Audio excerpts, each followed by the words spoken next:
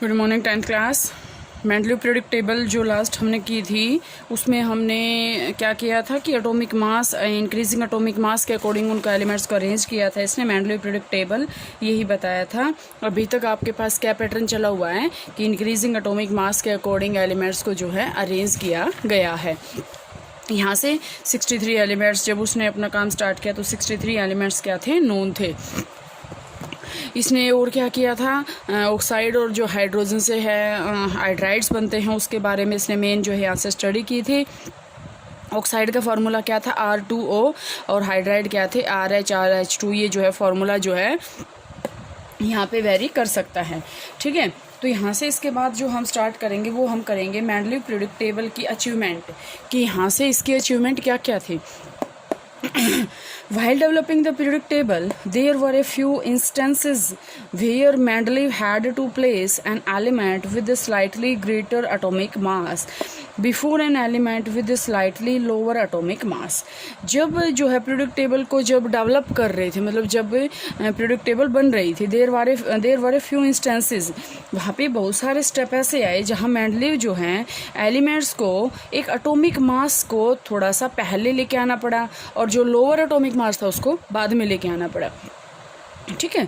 The sequence was inverted so that elements with similar properties could be grouped together. ये यहाँ से question आ सकता है कि वाई मेंडलीव डू सो। तो उसने यहाँ से क्यों किया, क्योंकि उसने क्या किया कि जो एक जैसे एलिमेंट्स थे वो सारे के सारे एक ग्रुप में आ जाए। यहाँ से देखें टेबल के अंदर, जैसे यहाँ पे अगर हम देखते हैं सभी की +1 वैलेंसी है, ठीक है, +1 ऑक्सीडेशन स्टेट है, यहाँ पे 2 है, यहाँ पे 3 है, यहाँ पे 4 है। तो यहाँ से इसने क्यों किया कि जिसका कम था वो उससे पहले आ गया, ज़्यादा था वो उससे पहले आ गया। वो क्यों आया, क्योंकि वो जो है सेम अगर प्रॉपर्टीज़ के बारे में अगर हम स्टडी करेंगे तो वो सारे के सारे एक ही ग्रुप के अंदर आ जाएं, इसलिए उसने यहाँ से वो किया था। फॉर एग्जाम्पल कोबाल्ट, जैसे इसने एग्जाम्पल दे दिया। अब कोबाल्ट का एटॉमिक मास जो है 58.9 है, अपीयर्ड बिफोर निकल एटॉमिक मास 58.7। अगर हम यहाँ से कोबाल्ट और निकल की बात करते हैं कि निकल से पहले कोबाल्ट आता है और कोबाल्ट का एटॉमिक मास कितना है 58.9 और निकल का कितना है 58.7, तो ये पहले आना चाहिए, ये बाद में आना चाहिए, लेकिन कोबाल्ट जो है यहाँ पे पहले आता है। Looking at table 5.4 can you find out one more such anomaly. यहाँ से आप जो ये टेबल आप पढ़ोगे इसमें आप और भी नोट करोगे कि एलिमेंट्स जो है ग्रेटर एटॉमिक मास का तो पहले है और लोअर का जो है बाद में है, ठीक है। आप आसानी से इसको कर सकते हैं, आराम से हो जाएगा, इसमें कोई भी ऐसी बात नहीं है कि जो आपको समझ में ना आए।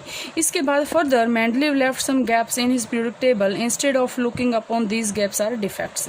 यहाँ से क्या है, मेंडलीव ने देखो ध्यान से ये जो है यहाँ से गैप छोड़ दिए, मतलब ऐसे एलिमेंट्स की जगह छोड़ दी कि उसको ये पता था कि आगे जो है और एलिमेंट्स की भी स्टडी होनी है, तो उसने वहाँ पे क्या छोड़ दिए, गैप छोड़ दिए। Mendeleev boldly predicted the existence of some elements that had not been discovered at that time. उसने क्या किया, मेंडलीव ने जो है प्रेडिक्ट किया उन एलिमेंट्स की एग्जिस्टेंस को भी जो तब तक जो है डिस्कवर भी नहीं हुए थे।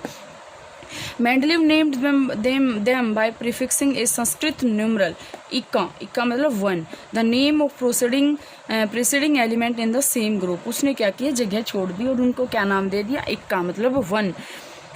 For instance scandium, gallium and germanium discovered letter have properties. यहाँ से जो है गैलियम, स्कैंडियम और जो यहाँ से जर्मेनियम है ये बाद में डिस्कवर हुए हैं, लेकिन जो इनकी प्रॉपर्टी है वो क्या है, but have property similar to इक्का बोरोन। लेकिन इनकी प्रॉपर्टी क्या होती है, इक्का बोरोन, इक्का एल्यूमिनियम और इक्का सिलिकॉन जैसी, ठीक है। यहाँ से ये आपके पास इक्का एल्यूमिनियम ये है, गैलियम ये है, प्रॉपर्टी जो है इनकी यहाँ से सेम आ रही हैं। इसके बाद अगर हम यहाँ से स्टडी करते हैं द प्रॉपर्टीज ऑफ इक्का aluminium predicted by Mendeleev and those of the element gallium which was discovered later and replaced इक्का aluminium are listed as follows। इक्का aluminium को जो है यहाँ से उसने displace कर दिया।